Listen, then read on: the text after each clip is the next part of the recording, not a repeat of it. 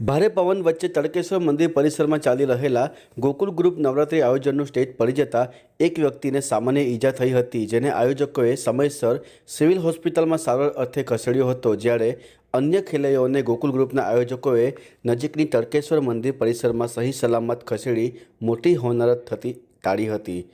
ત્યારે મોડી રાત્રિએ વલસાડ તથા આજુબાજુના ગામોમાં ભારે પવનના લીધે ઘણું નુકસાન થયાનું જાણવા મળે છે, જેને લઈ ઘણા આયોજકોએ નુકસાનને લઈ ગરબા બંધ કરવાની ફરજ પડી હતી।